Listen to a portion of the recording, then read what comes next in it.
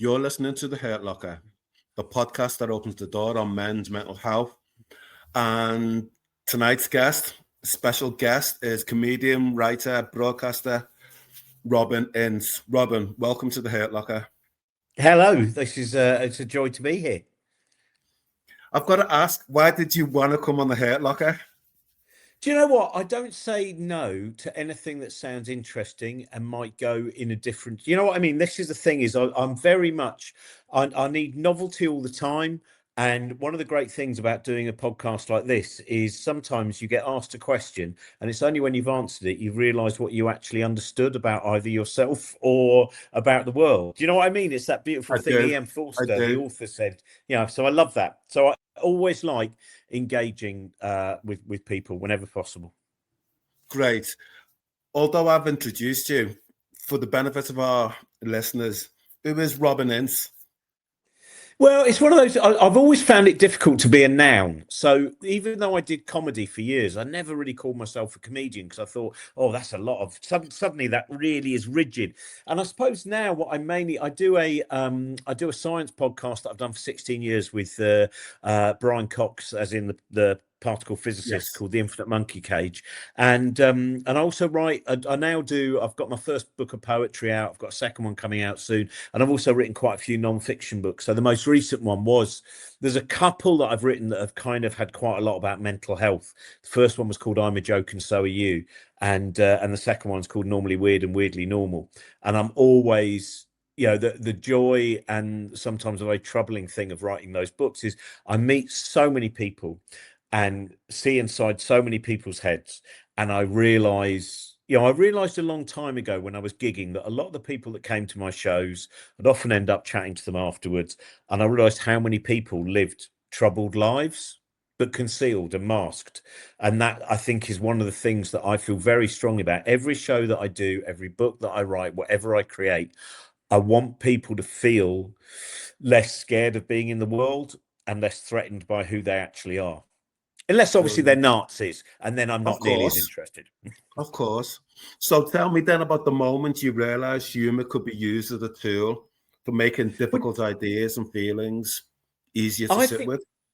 I think one of them was I did this routine about impulsive thoughts. Okay. And those thoughts where the example I used to use was you're holding a baby and you're near the edge of some stairs, an open window, or a cliff. And suddenly your brain goes, oh my God, I just imagine throwing the baby over the cliff. I must want to throw babies over cliffs. Oh my God, I didn't realize I'm a madman. And I talked about the fact that what's actually going on there is not that you've got an urge. When you're in a situation like you're holding a baby, your brain makes a public information film and it goes, you're holding a baby. So remember, when holding a baby, don't throw it off a cliff. But it's delivered so quickly that we believe it's actually a desire. And so I did that, quite a lengthy version talking about that, about 5-minute piece. And at the end of it, about 3 or 4 people came up to him and went, oh my God, I've never realized that. I get so paranoid in that situation. And then I started to build more and more, things like you might be stood on a railway platform and sometimes your brain says, throw yourself in front of the train. Absolutely. I mean, and on this occasion, I'm not talking about a suicidal urge. I'm just talking your brain just goes, what if I did that? I'm going to do that. Yeah. And you kind of hold it. And then sometimes you're imagining pushing people in front of all of those things. So that ended up becoming about 45 minutes of a show as I just kept building this up. And every night I realized, because this kind of stuff leads to obsessive compulsive behavior, obsessive compulsive disorder.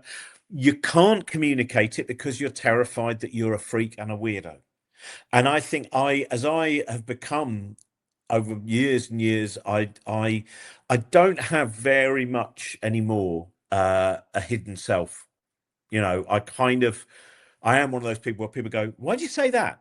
Because I don't filter that much. Yes. And I realized that the freedom when you're stood on stage as a clown, as a fool, whatever, you can go into lots of places where people don't feel, because I think I did I've done quite a few different things about suicidal ideation and suicidal thoughts, having experienced them myself. And that came about because one day I was chatting to this woman. She was an ex-head teacher from Adelaide. I was out in Australia, and she said, you need to do material about suicide. And the reason was because her daughter had taken her own life.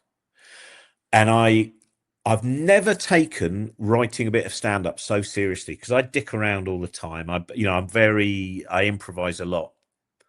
But every night when I got to that bit, my brain went, right, you have to really focus here, because what you're dealing with is one wrong step and you could close a door that you've opened for someone. Yes. So yeah, for me, it's just that I've always found that, that agony of watching other people's pain. And if I've got a tool that I can use that hopefully can make people leave and feel that the world is not as frightening, or that they're not, and to feel empowered. Because when we've got more love in our heart, when we're not as scared, the moment we're scared, the moment we're anxious, we're manipulated. That's where, that's where so many different people can try and control us. And I'm hugely, I very often think about poets like Audre Lorde, and I just think, oh my God, the beauty of, the one she said, your silence will not protect you. And you look at that and you go, that is the way to advance into the world. That's wonderful. That's wonderful. I'm digressing from certain questions that I will pose to you, but what does vulnerability feel like for you? Well, because you said you don't mask now. You put yourself out there. So what does vulnerability feel like for you? It was, for most of my life till the age of 52, I had a huge amount of concealed anxiety, which was perpetual. I would leave every time. If I went out with a couple of friends for a drink, the moment I left, I would think that was the most boring night they've ever had. I've given them a terror. The same with gigs, the same with everything. And also a sense of guilt, a constant worry about having, have I hurt someone? Has someone misunderstood that? And then when I found out about, it was basically this wonderful, an autistic stranger known as Jamie and Lion. Jamie is a young autistic man. Lion is the plushie that goes everywhere with him. He said, can we chat about the neurodivergent model? And I had the most incredible 3-hour conversation with him. Suddenly understood so much about how my brain worked. And then over that period of time, I eventually thought, hang on a minute, why don't I think it's acceptable to take anti-anxiety medication? Why don't I just try it and see what happens? And now I just think the world for me was always, the threat was everywhere. And now I don't feel that at all. If I suddenly feel it every now and again, I remind myself, this used to be the whole of your waking life. And so one of the things, the vulnerability thing is, I like to tell, I have no shame about talking about love. So I will say to someone, your work's amazing. You're incredible. You are, because I think there's so much, like when I was on the train to this gig in Hastings today, I was listening to women talking and they were going, oh God, I really hate her as well. And I thought, how often when I listen on to conversations on all the train journeys are people talking about things they hate? And how much of our newspapers and how much of our media is cynicism and hate. So Yes. I now feel that I'm fully tooled up to go, right, when I walk on stage, I'm full of love. And when I go around and I meet people and when I meet strangers, and you take that risk of having just a little conversation with someone just because you happen to be in the same situation, just go, that. And it's very short, it's very brief moment, but that bit of being positive, that's what the vulnerability is, which is just that I don't feel threatened now by showing who I am, because I don't think I'm a piece of shit anymore. Do you recognize that this new person now? Yeah, I think it's that person was always me, but I was doing an event recently and I was talking about anxiety, and this woman said to me, I said, I've had anxiety my whole life and I'm terrified that if I get rid of anxiety, who am I? And I said, you are in there all the time. You are this beautiful glowing thing shrouded in a fog. And when that fog lifts, that is not you disappearing. That is the thing that kept in your light, your vibrancy, your your vivacity, whatever it is. And so that's what what I feel now is that I'm able to express myself how I always wanted to express myself, but was too scared to. The constant fear. So much of our society is shrouded in social shame. Absolutely. Sorry, go and on. no. I think that's so people are so worried about saying something and then this is why I don't like banter, right? It's like one of the things where a lot of stuff that it's all just a bit of banter. Well, I don't know if you've ever like I've always noticed that if there's me and a bunch of my friends, like say Josie Long and Stuart Lee or whatever, and we're all hanging out, we don't do that much banter because we've got too many other things to talk about. We've just seen an amazing band. We've just heard about someone who's done this incredible stuff. Or sometimes you're talking about, the real problems in the world and the real battles that we need to fight so that people feel that the world is a fairer place for so many people who are on the margins. So banter to me is like, that's all about social shame. That's all about victory. And what I think I've found is like with Josie Long, for instance, one of the things that was we've the first time I met her, she was 17, I was 29. We got on, we've always got on really well. And then for 21 years now, we've been working together. And we did a gig recently where it turned out we both had a night off. And so I said, why don't we book in a gig and we'll go. And we went and we did a 2-hour show. And before we went on, she went, what are we actually going to do? I said, we're just going to walk on. And we'll just start. And she went, brilliant. And we literally, because we had this beautiful 2 hours with no planning, just going off on loads of different tangents. And it was, I think one of the reasons it works is because neither Josie or me are trying to win. Neither of us, when we stood up there being comedians, are trying to go, I hope I'm funnier than Josie. Or Josie think I'm hoping. We're there to enjoy the experience of being in the same room and making something. And I think so often the terror of being, kind of trumped by someone else means that we put on this armor, which means you cannot show anything, Your authentic self. Yeah. You were diagnosed in later life with ADHD. Can I ask how old you were? 52. So it's 4 years ago. Everyone, Okay. I mean, I joke about this, but it is true. I was diagnosed by audiences for 25 years. They would always come up to me and they would always say, can you try and finish some of the stories you began? Always getting that. And there's one friend of mine who she feels I've known her since university. And she says, I never told you because I thought you must know. And I think there's lots of people out there who you think they must know, but we have this. I talked a bit in the book. I talked about there's a woman called Sarah Hendricks who writes about autism, and after having written a few books on autism and being quite well known as someone who was an expert in the area, she decided she'd write a book on what it was like for her as a neurotypical woman to live with an autistic husband. And she said that, and immediately everyone she worked with went, "Oh my God, Sarah, we didn't know you didn't know. Oh, you're not neurotypical." And that's how she realized that the reason she had this incredible knowledge of autism, the reason she was so good at talking to people who were autistic, was because she was autistic.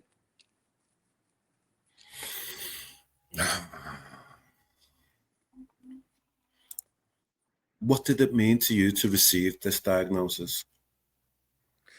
The first, I mean, what I could, the first thing it really changed was having always walked off stage feeling I hadn't done the show I should have done. Because of course, what happens is every time I'd go on, I still imagine, oh, tonight I will start with that. But of course, the 3 steps up onto the stage are 12 different possibilities of thought. And so I'm somewhere else. And I used to, so the first thing when Jamie told me all about these things, I suddenly went, oh my God, for 30 years, where I've kept thinking I've failed an audience. I haven't.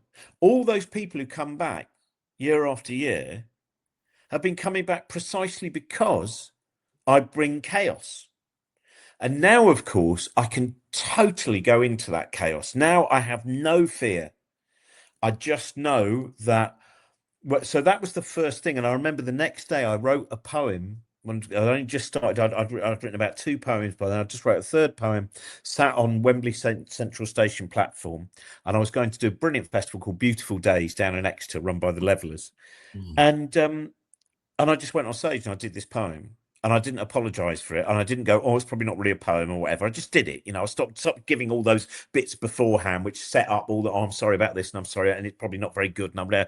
And then when I walked off stage, having not really known how it went, this woman came up to me. She was a physicist about the same age as me, and she was in tears, and she went, I know what that poem's about. So even though to me it was about the speed of light and consciousness, she also knew it was about understanding your mind in a different way. So that was the first change.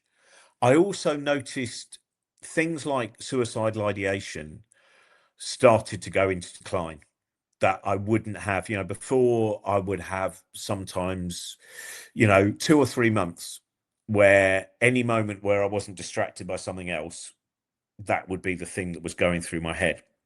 And I definitely noticed, I suddenly, every now and again I go, oh, hang on a minute.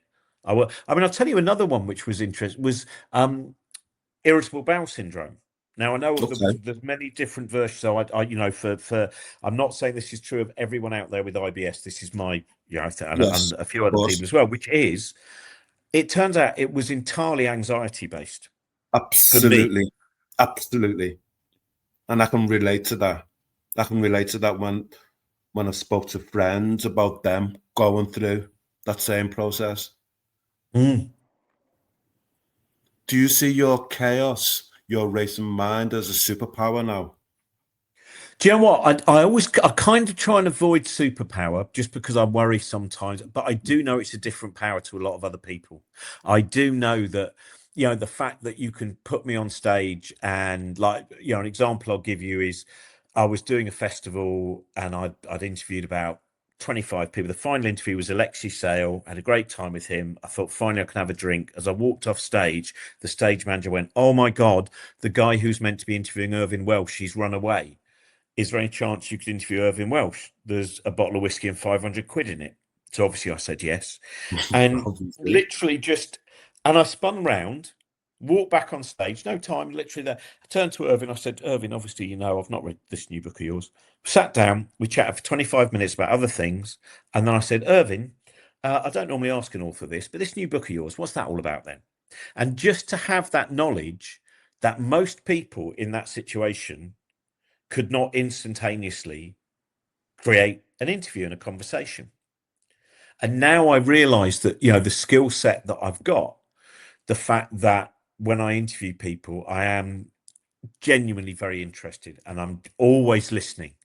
And so it never, a bit like you said, I've got the questions, and that's how I always find. If I'm doing a prepared interview, I read the book, I come up with like 40 questions. The likelihood of getting beyond more than 3 of those questions is very, very low, because each one grows into something else. And now I realize that failure to do the official interview in the interview style is actually why I have a lovely time interviewing people, and generally, hopefully, they do too, because it's like, oh, we had a proper conversation. It was real and it happened.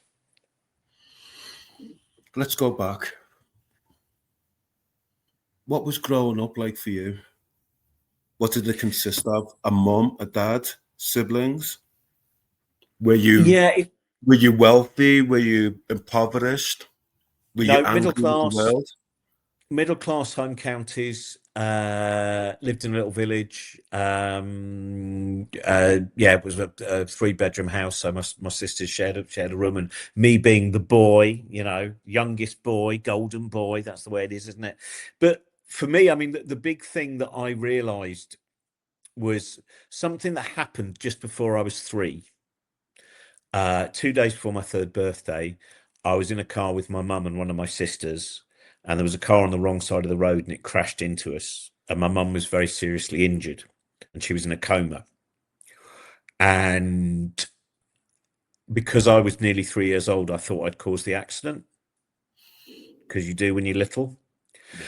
So it was in my 40s that I really started to go, that was a big thing, wasn't it? That was because I think a lot of my fear of I mean, this sounds like such a cliche from a bad movie about a comedian, but one of the things I would do when my mum did come out of hospital, she had a lot of mental health battles, and she would get very, very upset. And when she was screaming and crying, I would go into her bedroom and I would try and make her happy and comfort her. And the other thing that I realized very recently was, well, first of all, I noticed it when my mum was dying about 11 years ago, and we were all there and just, and watching my dad with her, I suddenly realized that the woman who came out of the hospital was not the woman who had got into the car, that actually the brain damage that she experienced meant that her personality was changed.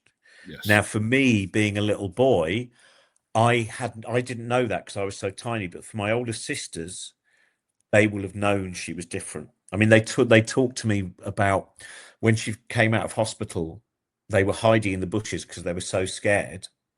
And this frail woman, all with frame around her head and stuff like that, came down there.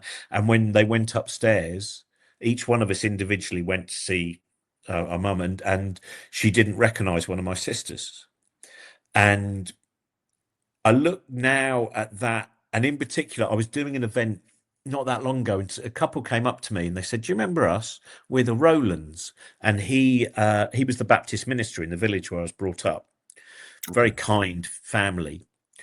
And I said, "Oh, I've never had the chance to thank you because I was only 6 when you left the village, but you really helped my dad and then my mum after that crash." And then I said, "Because I know my mum was changed," and his face totally dropped.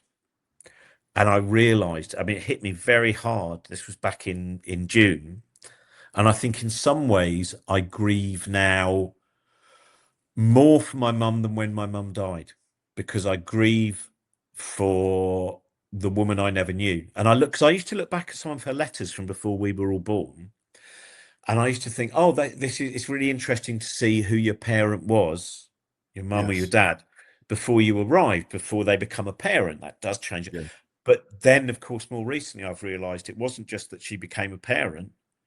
It was that the woman in those letters is very, very different from the woman that I knew who did. I mentioned this in the Normally Weird book. I talk about, when I wrote about that, I said, then my mum pulled herself together. And then I make it very clear. I say, and when I say pulled herself together, I don't mean in that pull yourself together way. I mean an incredible act of strength.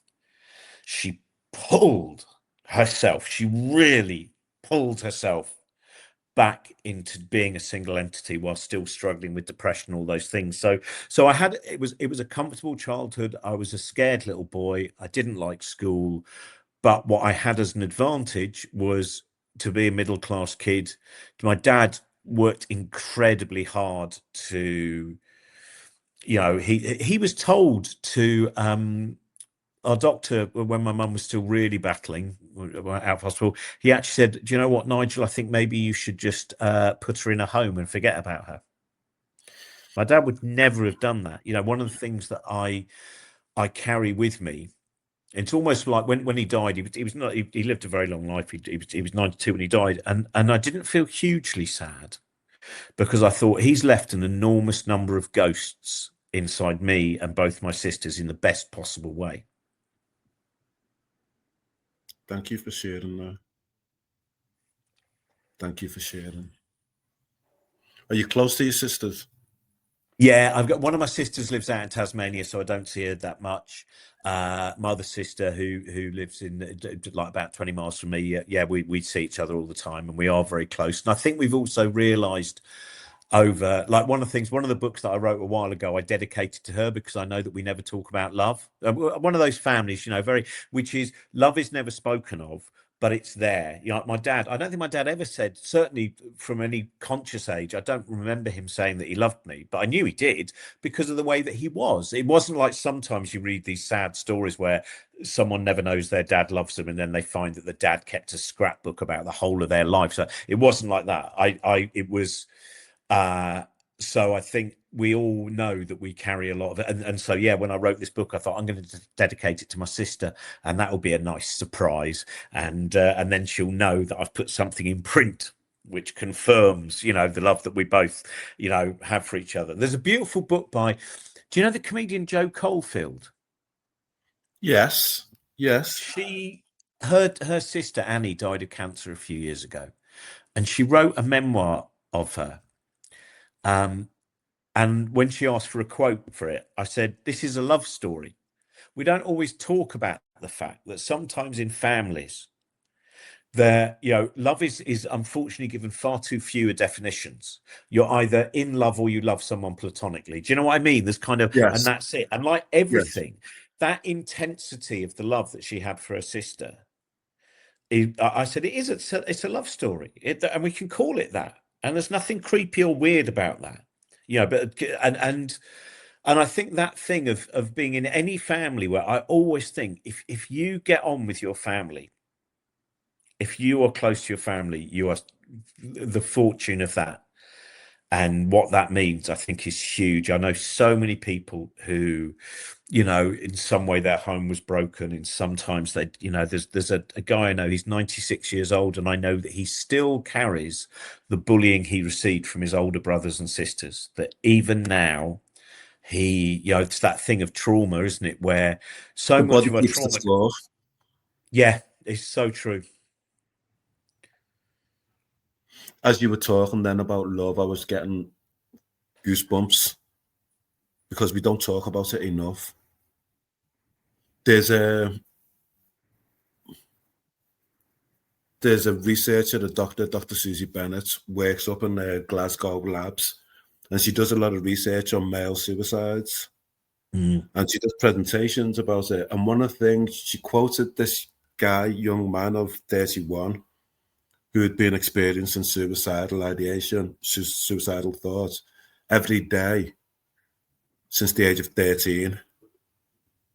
And one of the things that come up for him was he wanted love. He wanted somebody to tell him that it would be okay.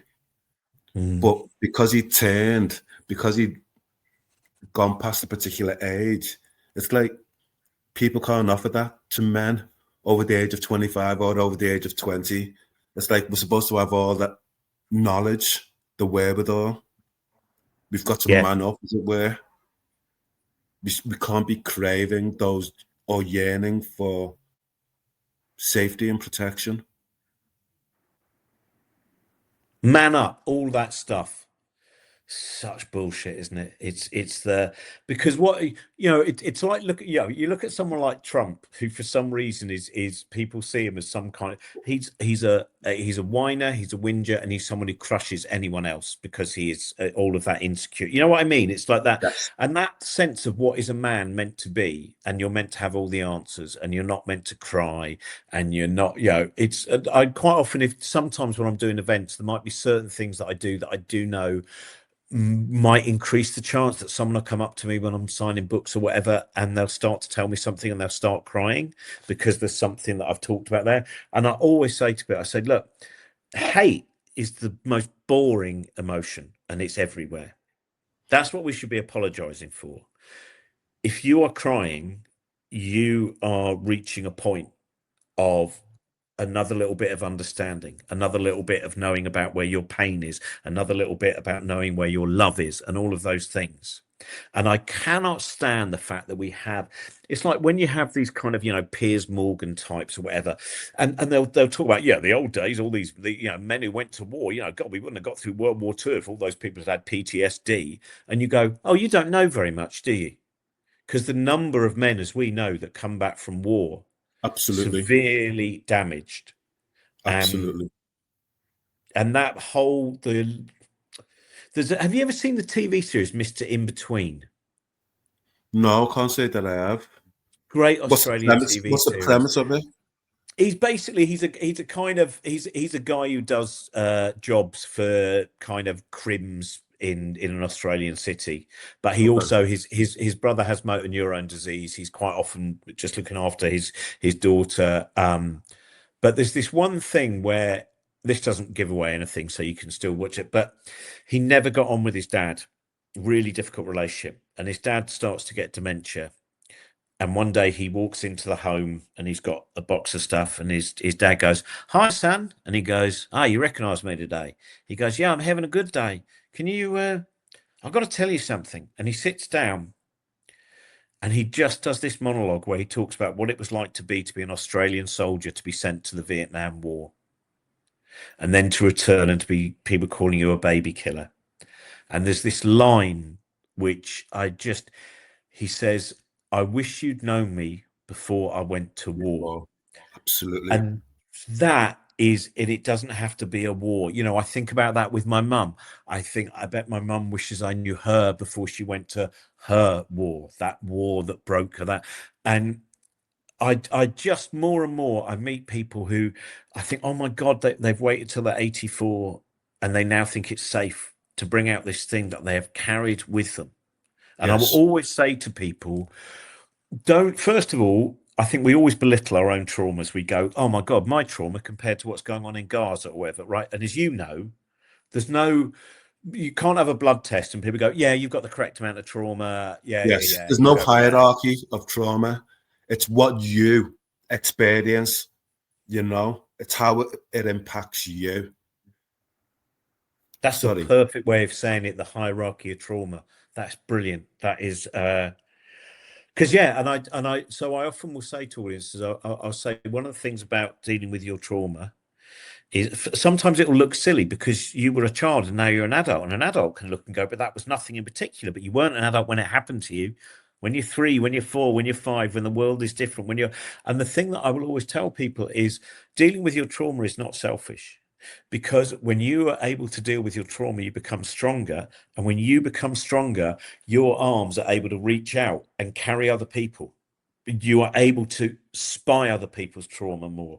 You are able to, because you're able to be more open, because you're concealing less, you are able to take on more, I think, from other people. And you're able to say, yeah, let's share this. Because I have a different understanding now, and I'm not carrying, I've not got that weight. So give me some of your weight. Excellent. I just get this sense of, with you, a gateway to real meaningful conversations, the conversations which we should be having on a daily basis. I get that. You spoke previously about your own challenges with suicide. Would you like to expand on that? Yeah, it was mainly suicidal ideation. So what would happen is a lot of it was based around rejection sensitivity dysphoria, but you know what that is, but for anyone who that sense that sometimes it can take just a tone of voice, sometimes it can just take a tiny thing. And for a lot of people, certainly within neurodivergence, but I think beyond that as well, because like with neurodivergence, like all these things, these are very hazy lines, I think. And so it would take a small thing for me just to go, you're useless and you've spoiled someone's life with your existence. And so I would just think, and it was never, I never got to that stage too. But so it would just be in my head the whole time. What if I jumped off that? What if I did that? What if I, cut myself there? What if, all of those things? So it would just go through my mind.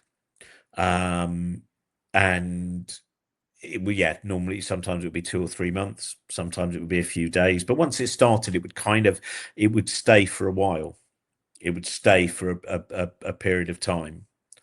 And, and it was, but I also know that what I was going through is, it's like, friends of mine say, the real point is when you go, hang on, why has that person just bought that? And of course, most of the time we will not see that.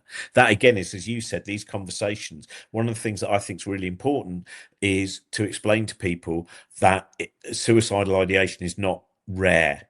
You're not unusual for having those experiences. Even the same when, like, back at the beginning when holding the baby, and you gave that as an example, and like, metaphorically, that thought of dropping the baby passed through my head. That's not unusual.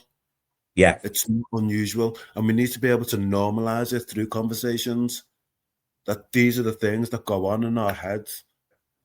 Did you, when you were experiencing the suicidal ideation, did you reach out for support? Or was No, this I kept contained? all of the stuff, the anxiety, the suicidal ideation, all that stuff. I kept it inside me. I mean, that's one of the things that I find now is I've always been quite energetic, but I've got so much energy now. People always go, "How come you did 20 gigs last week and you finished writing that book?" It's because I've just got, and you realise how much energy, anxiety, and negative thoughts and all those it takes and it takes and it takes. And this is why I hate that phrase, keep calm and carry on, because keep calm and carry on means shut up and keep moving the crank round. It means Absolutely. get on with that, and there's nothing wrong with you. Yeah. And apart from anything else, you know what, even the most pragmatic thing, when you're actually sat with a bunch of people and you're talking about real things, you're talking about your life, your mind, and sometimes it might be something beautiful and absurd, and sometimes it might be something troubling. That's a lot more interesting than so many of the conversations we're contained in. You know, I love that advert. You know that advert which is two guys going to the football, and That's it's a the mental knowledge, health advert. the knowledge Yeah, sissy one. Yes. yeah. Yeah. I think that's the put, because I was chatting to someone the other day who one of their friends had just taken their own life, and the family were, as you know, when these things happen, is people go, "What did I miss? What did I miss? What did I not see?" And you go, "You didn't miss anything." The way that we can mask that pain, the way that we can be. I mean, I don't know about you, but I've often heard stories about where people will say the last 5 days of their life they seemed happier than ever, and then someone explained it's because they knew it's going to end now. Absolutely. So Absolutely. Spot on. Have you ever lost anybody to suicide? one the my dad's best friend, who was the husband of this most incredible woman, again someone else who we didn't know she was bipolar when we were growing up. Again, mental health, it's not a new thing, kids. And it's not the kids, rather it's the bloody old people in it. Even then it's not most of the old people. God, all the people I meet are just, you know, that openness. But and that was really sad, because I realized, because I'd known him since I was 8 years old, and I realized that he took his own life because he knew things weren't going to get better. And that's the hardest person to persuade, isn't it? So often you might be able to try and give someone some sense of a change of their possibilities. But if you're old and you're looking at your health and you're seeing it get worse and worse, and what makes me very sad about that case is knowing that, you know, I think it was a very difficult night that he had, in terms Okay. of working out how to do it.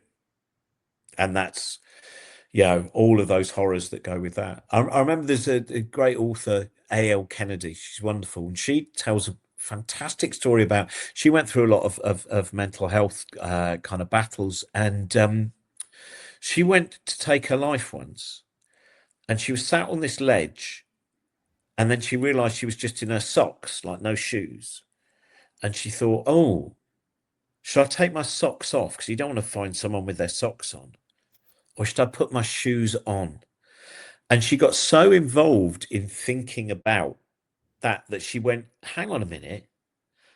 I don't think, if I'm still able to connect with myself, if I'm still, and that's what someone the other day, I was chatting to someone and they were talking about someone who'd just taken their own life. And they said, it's just so selfish. I said, the self is gone. The self isn't there for so Yes. many people, that Spot on. they're not being selfish, because, you know, when I've spoken to friends of mine who you know, attempted to take their own life, and so, and they will go. I said to one of them, I said, you know, what about your kids and stuff? And they just said, well, I just thought, well, they might be a bit sad for a couple of days. You know what I mean? That's, you are so detached, Yes.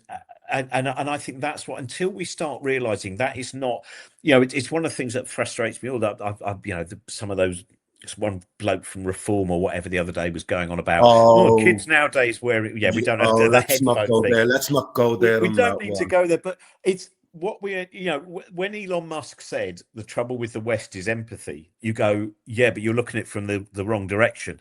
It's not that there's too much empathy, because that moment you go, when someone does throw themselves in front of a train, when someone does that, they are not thinking about the driver, not because they're thought less about that in that way. It's because literally all connection for so many people is gone. Absolutely.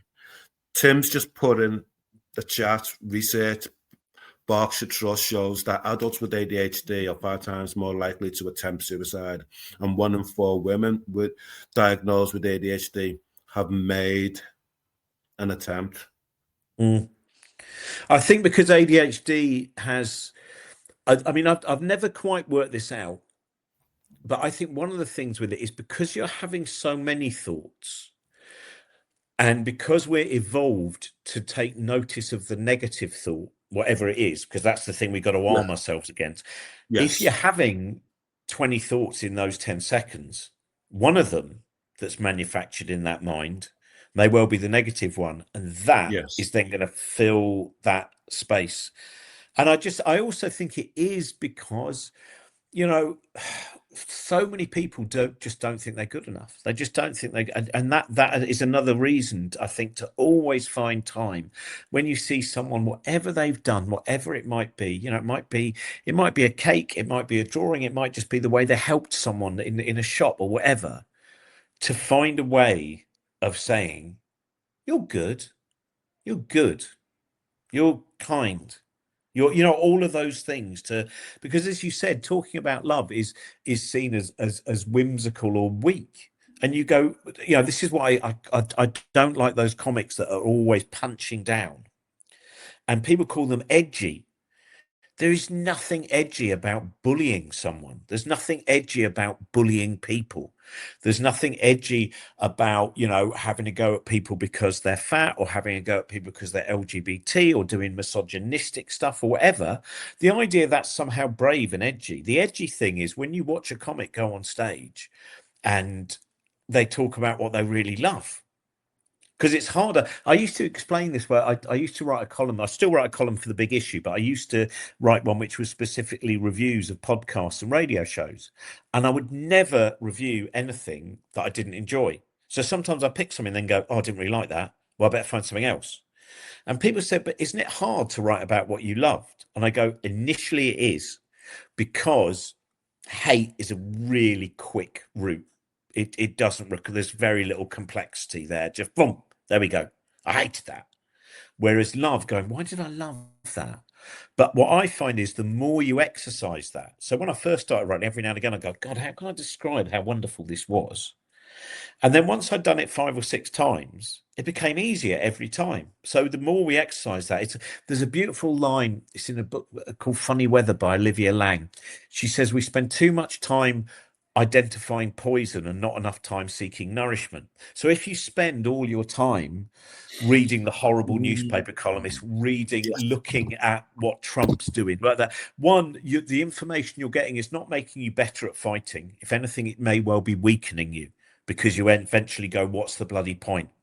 Whereas when you look at those people, you go, look at that. I'm going to quote this, right? That Alexis Pauline Gumbs, I don't know if you know, she's an amazing writer. She wrote a book called Undrowned: Black Feminist Lessons from Marine Mammals. And that's literally what it is. And at one point she says, who is this book for? This book is for you, otherwise known as everyone who knows a world where queer black feminine folk are living their fullest and most abundant lives is a world where everyone is free. And I think that's true in so many different groups. Like a lot of the men's health issues, I think, are stoked by these people who pretend they're concerned but want to make enemies out of everyone who is not a man, as opposed to going, we've got this huge human issue and it is not improved by pushing other people down or saying, oh, it's women in the workplace have made this more. No, that's not the solution at all. That's creating an enemy, not creating the ally for guiding you through. So what is the template? What is the route map then? I think it is about getting rid of our masks. I think it is being able to be open. I think it is not being scared to say what is the thing that is inside. There's a beautiful phrase that I was taught by Jamie, which is confident vulnerability.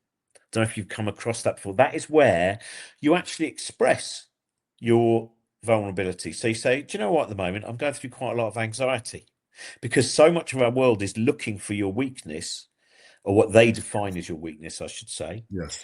and then using it. So, I used to tour a lot with Ricky Gervais. We've fallen out now over various things, but he would bully me all the time. And I think it was because he knew that I had anxiety. So he could see that it made me anxious and a little bit. So now he wouldn't be able to do that, because why are you doing that? Don't do that. No, let's just, and I think, those things where, when we are honest, that terror at the end, quite often if I'm talking about any of the books that I've written involving mental health, I will always say after the Q&A session, I'm going to hang around, because I know that some of you might have a question you didn't want to ask in the room. Yeah. Because this you might have something that is in you that is really coming to the surface, but you think, what if I say that out loud? Because it's nerve-wracking enough for people in an audience to put up their hand. But I think that's, to me, it really is. It's about communication, and it is all of those things. That Rick Mail at the end of he got his professorship or honorary doctorate at Exeter, and he just says, the answer is love, my friends. The answer is love. Hello, gents. Apologies. I'm just going to slide in there because we've had 3 listener questions come in. I want to do the first one and then give the other 2 to you, Yinka, in a second. So the first one is from Thomas, and it's for Robin, this question. Thomas says, as a fellow neurodivergent creative, Robin, I typically fall into something I call negative thinking traps. So he goes on to explain that these are loops, frustrating loops of anger. Sometimes he can lose hours, days in these, and it affects his creativity sometimes. And he wants to know if you have experienced these before, and if so, what you do to pull yourself out of them. Just put that over to you, Robin. Thomas, you know what? That was very common for me in the past, all the time, because the critical voice would always, that was the first voice that came in. And then that would lead to, you just then can't keep moving forward, because all you're hearing is that first line's wrong, that first line's wrong, that first line's wrong. I've written a new, that's wrong, that's wrong, that's wrong. And you hear this wrongness. And I do think that for me, the loss of the anxiety, both through diagnosis and medication, has meant that now I just don't. I've been very lucky in the fact that voice is pretty much dead now. Good. Can I ask? Sorry. So I was just going to say, what I was going to say is that what I would do is I would just, if it's writing, I would just keep writing. It didn't matter how rubbish it was. I would just keep moving the pen. I would just keep moving the pen. I hate it. And moving the pen. And then suddenly, so again, I think for me personally, making something into a physical form outside your head, however pointless it might seem, however, to be able to just go, well, I'm just going to keep scrawling on this page. I'm going to scroll on this page. Or I'm going to keep painting, or I'm going to paint, whatever it is, just go, and you go, I know it's shit, it doesn't matter, I'm just going to keep moving my arm around about, because it's when you stop, and then that seems to me to be where everything seems to solidify. Okay, and I'm reading between the lines in terms of your response there, and I'm thinking about a sense of feeling dysregulated, and that the continuation of writing helps you to regulate how your nervous system as well. Oh yeah, I mean, the poetry now I write, it depends on the day, but quite often I'll write 5 or 6, and some of them might never see the light of day, so, but and none of them, and I don't sit down to write poetry. I'll be on the train, or I'll be walking somewhere, or I see something in the sky and I go, oh, one's come to me. And that freedom of having this perpetual, it's like my friend Joanna Neary is wonderful, and she has a sketchbook, and her sketchbook is always full, because she's just sketching all the time, sketching that woman over there who's doing that thing, she's sketching that man who's leaning over by the pigeon, she's sketching that, and that's part of her that is just to always and poetry and sketching for me, the perfect thing about them is they're short. You find something and you don't go, oh, it's only 6 lines, that's not enough, I have to keep going. You go, that's 6 lines, that's fine, it's gone now. I've made it Done. into another thing. And that's why I never get frustrated, where sometimes I come up with an idea for a poem, but I think I'm a bit late. I better get to the station. And then I get to the station, I go, oh no, whatever. I can remember the gist of it, but I can't remember the emotional shape of it. And Yes. and rather than go, I'm going to find it, I just go, there'll be another one along soon. And, you know, to Okay. have that, to not continue to mourn the idea that was lost. That feels like a great weight lifted off your shoulders. Mm. That's Oh, something yeah. you wouldn't have been able to have done 5-10 years ago. Oh, I couldn't have done any of the a lot of the creative stuff I do now. I wouldn't have been able to do it in the way that I do now. Like I was saying about the poetry thing, is that I would always think, like a lot of people when they're trying to create, the first thing that comes to their head is, I think I've done it wrong. And what I'll always say to people is it's not right. Like when I love creating situations where everyone can just be relaxed. So sometimes I do gigs where I've got a couple of musician mates along, and sometimes they go, oh God, what are we going to do? Because I know I came up with that tune for that, and when shall I come in? And I'll say, just whenever you want, you just do it. I said, if you want to start it on one of the poems, I'll say what the poem is, and I go, do you want to start it, Jacko? And the Jack goes, yeah. I go, okay, great. And then I remember getting a text from someone that went, oh, sorry about yesterday, by the way, I think I came in at the wrong place a couple of times. I said, there isn't a wrong place, because there isn't a right place. It's just a place. And again, all of these sense, you know, going back to that shame thing, going back to the fact that when so many people are brought up, so many of the school systems are about this binary right or wrong. Absolutely. Absolutely. Can I ask, that critical voice, that internal critical voice, do you recognize it? It's, I mean, to me now, it's such an alien thing. For the first 2 years, every day I'd wait for it to come back. I'd think, I can't be this happy. It's got to come back. And I thought it does feel like a very long manic period before but now, I mean, I know what it was, but it's an alien. Okay. But I'm able to recognize it in other people a lot. There's like I was doing a thing this afternoon with Sean Keaveney, Six Music DJ and stuff like that. And there were a couple of, and he's now been diagnosed with ADHD about 3 years ago. I was saying, I remember that there were two times that I did live podcasts with him. And both times I could see that he was unraveling and it wasn't going the way that he thought. So like one time when he introduced me, because I could tell that he was getting really, oh God, I'm terrible. I remember I stormed on stage, I grabbed him, I kissed him full on the lips. And I thought, I've got to just do something big to try and shake that fear out of him. And that happened a second time in a different thing of kind of throwing it. And I look back now and I go, even though I didn't recognize it in myself, there was a sensitivity that I was having, because I knew that moment that you go, I'm letting everyone down. And then of course that doesn't free you up. You're just more and more. And I think that, so I think for me now, I can recognize other people's, I can hear a phrase, and I can hear a tone and I can go, oh, I think I know what this, so I'm going to try and say something now to pull them from that. Interesting.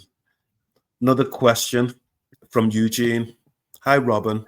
You've spoken, and I think you've alluded to this a little bit, but hi, Robin. You've spoken before about writing poetry helps with your ADHD and gives you that much needed dopamine fix. What I'm really fascinated by now is, how does spending so many hours on trains and even just waiting for them inspire or support your writing process? What is it about that environment that sparks ideas? That's a good question. I never stay still.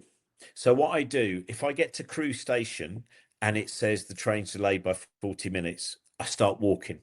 If I've got a bit of Okay. time, I'll walk out the station. I'll just see what I'm going to find. If I've not got as much time, like I did it in Preston Station the other day, I thought there's a delay, and I can either go, oh God, there's a delay, or I can go, what am I going to find? Oh, that's a weird rusty thing up there, isn't it? Oh my God, look at that old plate there saying the steel workers who made that thing. And so that's what I do, is I use every opportunity to keep moving in any way possible.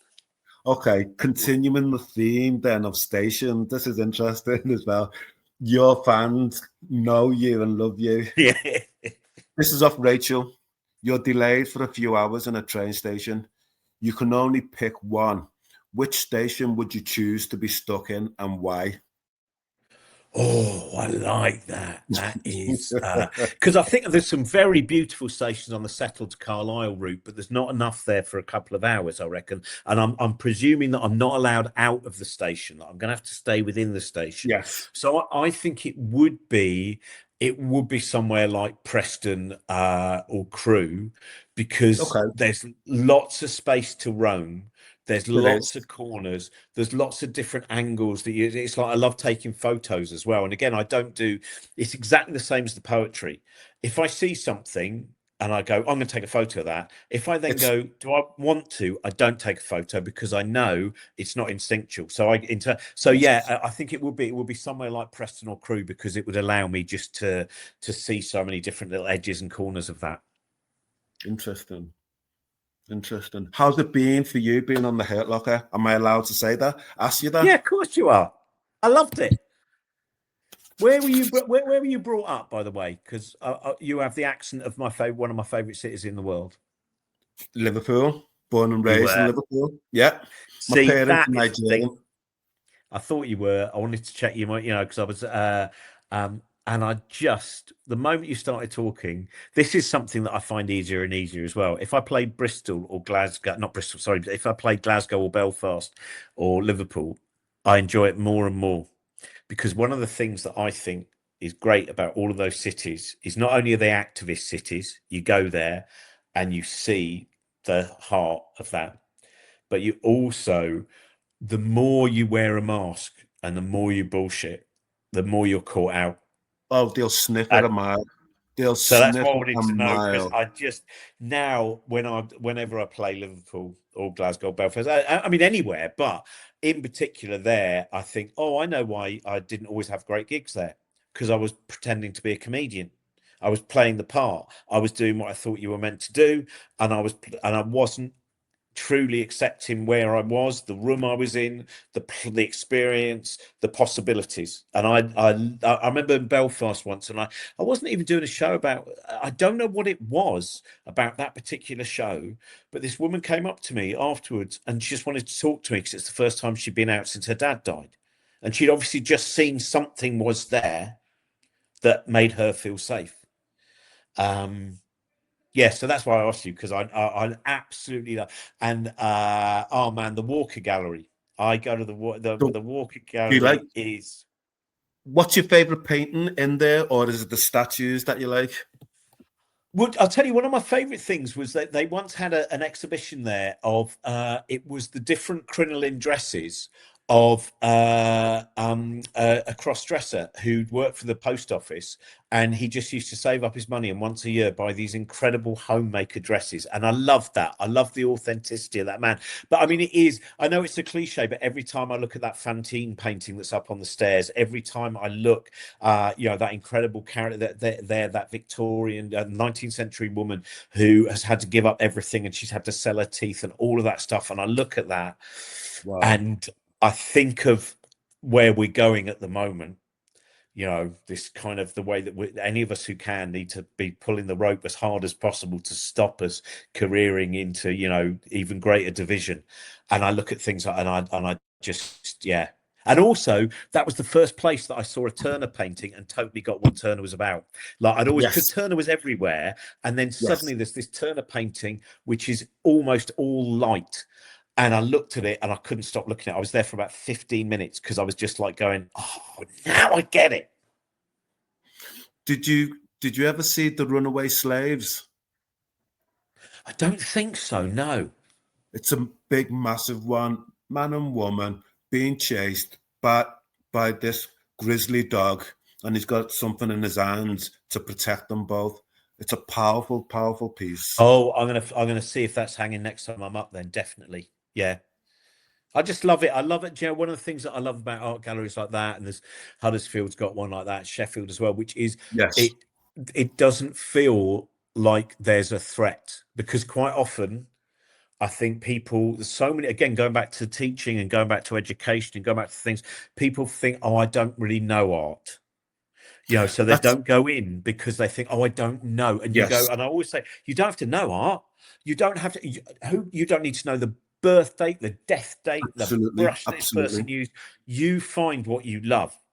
And if anyone then says, oh, well, you love a painting that's rubbish, well, that's not how art works. It's not an objective thing. It's an appreciation. If one person appreciates it, for them, that's art. End of. Yeah. You don't need to go and study, you know, for 3 years, do a master's, do a doctorate to say, in fact, I don't like the word expert. I detest that word expert, because as a therapist, you can never know what's coming through the door.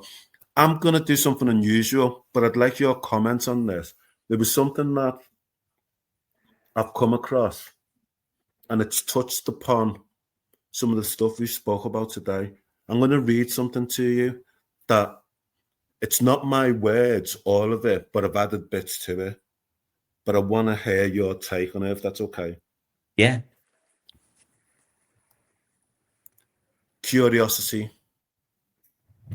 Some wounds don't show up as sadness or anxiety.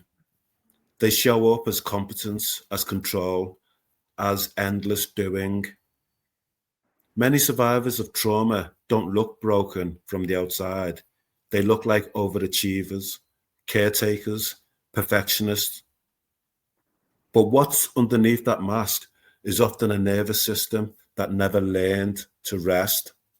These patterns are often called adaptations, strategies the child developed to stay safe in an unsafe or unpredictable world. A child who learned that love must be earned becomes the adult who never stops performing.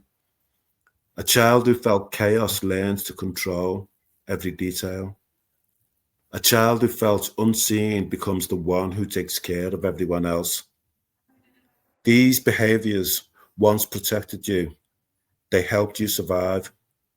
But now they might keep you trapped, disconnected from your body, your needs, your peace. Healing begins when you can look at these patterns, not with shame, but with curiosity. Instead of asking, what's wrong with me? Try asking, what happened that made me need this mask? That single question can transform judgments into compassion and open the door to real change. Go with peace. Go with curiosity. Love it. I think it's brilliant. I think it's so, that bit of descending into busyness, that bit of always occupying yourself, that bit of, I think of friends of mine who, you know, they can't stop, and they help everyone, and they always don't think they're doing enough.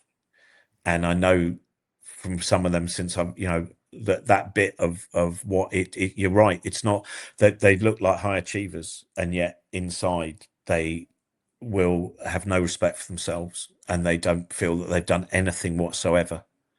And I think the busyness is that's because my sister can't do that. My sister, sometimes she'll say to me, why don't you just sit there, just sit down and relax?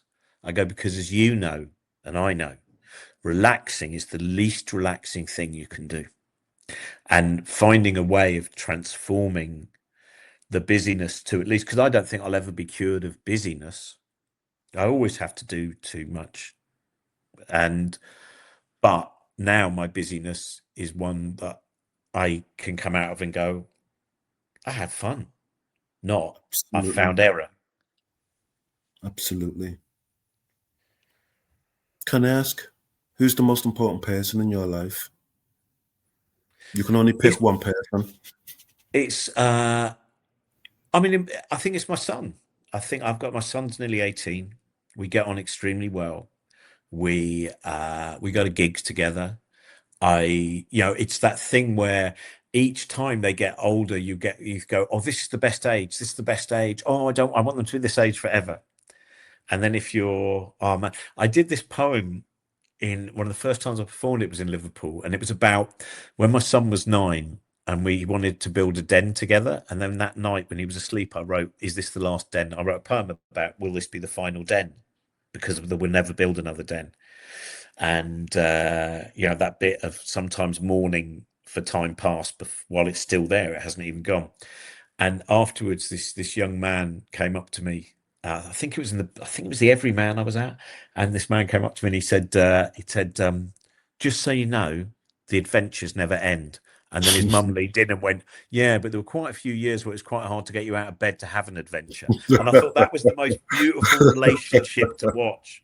In those lines, both sides of those lines are lines that say, here is a mother and son who are very comfortable in each other's company. Nice. I have asked you, who's the most important person in your life? You've said your son. What if I said you were wrong? What if I said the most important person in your life is you? Could you embrace that? Yeah, I could understand that.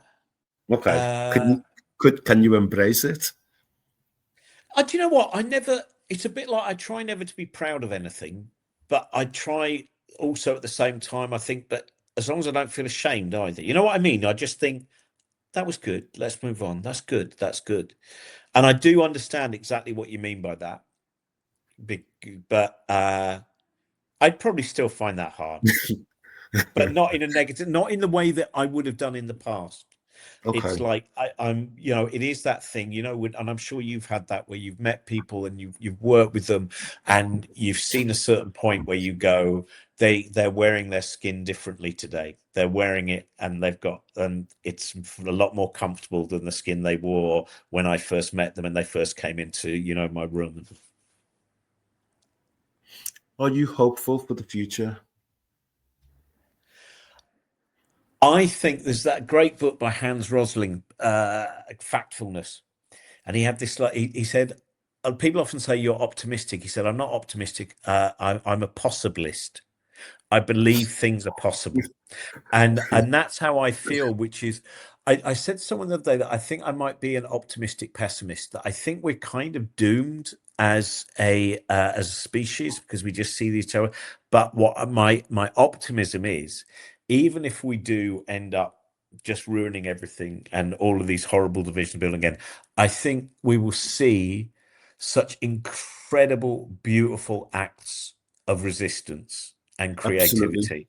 Absolutely. So the fireworks might come to an end, but there will be some of the people, it's every time I look at what, some of those people, every time Chris Packham stands up and uses his voice and the platform that he's got, and every time you see Greta Thunberg doing what she's doing, and you look at, and again, that's the reason that don't spend your time looking at the people that you despise. Spend your time going, oh my goodness, that person did something so remarkable. And it's, all of the, I went to Steve McQueen. There's an exhibition of his up in Edinburgh, the Resistance exhibition. I don't know if you've seen it yet. I haven't seen it.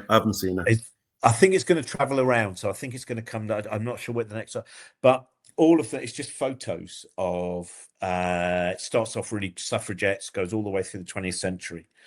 And you look at in each photo and you think, which side am I on in that photo? And am I on that side now? Because it's very easy to be on the right side of the past. It's much harder to be on the right side in the present because it requires sacrifice, it requires argument, it requires, and that's what I loved about his exhibition. There was this beautiful image of this suffragette, and she was smiling straight at the camera because she knew she was creating a photo. She knew that was going to be in the press. And there was one of an 80-year-old woman climbing over the barbed wire into Greenham Common when that was a missile base. And I look at that, and I looked at one of the anti-fascists on Cable Street being dragged away by the police on horseback. And again, looking at that, and you just go, if we only show the negative, and that's why I think, again, going back to that thing about too long identifying poison, not enough time seeking nourishment, we have to make sure that every day there's any space at all that we can use to make a positive connection, to find something beautiful, to stop and, and just look at something, and to, because, and again, that also energizes you so much. 100%. One final question. We've loved you, Tim and I, being on the Hurt Locker. We say our goodbyes. You switch off your laptop. Have you had dinner, lunch, supper? No, I'm going. I had a packet of crisps, and I'm going straight down from this place to go and do a Gaza benefit with a bunch of comics. So, and again, that's what I love doing is there's no downtime. Okay. There we go. Okay. So before you go and do your gig, there's a knock at the door. You open it. It's 9-year-old Robin looking up at you. What do you say to him? That's really interesting, because I wrote this poem called The Quiet One, and it's about, I basically say, make it through, we'll be waiting for you, you will be fated. And it's about all the quiet kids. And I might read him that poem and ask him what he sees in that poem, and whether he sees himself and whether he can find himself there. I think I'd do something like that. I've got another question for you, and it's close to you. It's close to the work that I do anyway. I used to work for a national charity, Papyrus, and we did the campaign once on the steps of St. George's Hall. And it was 226 pairs of shoes. And those 226 pairs of shoes represented the 226 young people between the ages of 10 and 18 that had died by suicide. The reason why I'm mentioning it is because if we had 226 people go to a football match and never return, and this happened continuously, there'd be a government inquiry. And yet those 226 souls were never heard about. My request, if I can, is for you to consider writing a poem about those 226. I will. Yeah, I'll send it to you.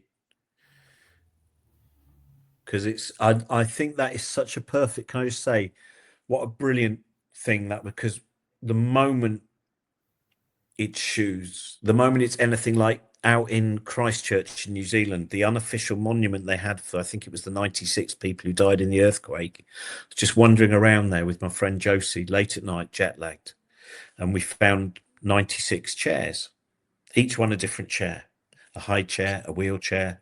Each one of those was the chair that had been sat in by someone who died. And I think that that bit of, there's nothing that humanizes more than saying, this is not a number, this is someone who stood in those shoes and eventually decided that they could not keep walking in them. And I think that is so yeah, I just think what a brilliant thing that you did there in terms of, and I'll tell you what, I'll send you another one. I wrote one about, I don't know if you know the charity Maytree. I do know. We used to recommend people on the helpline. We'd recommend people to the Maytree.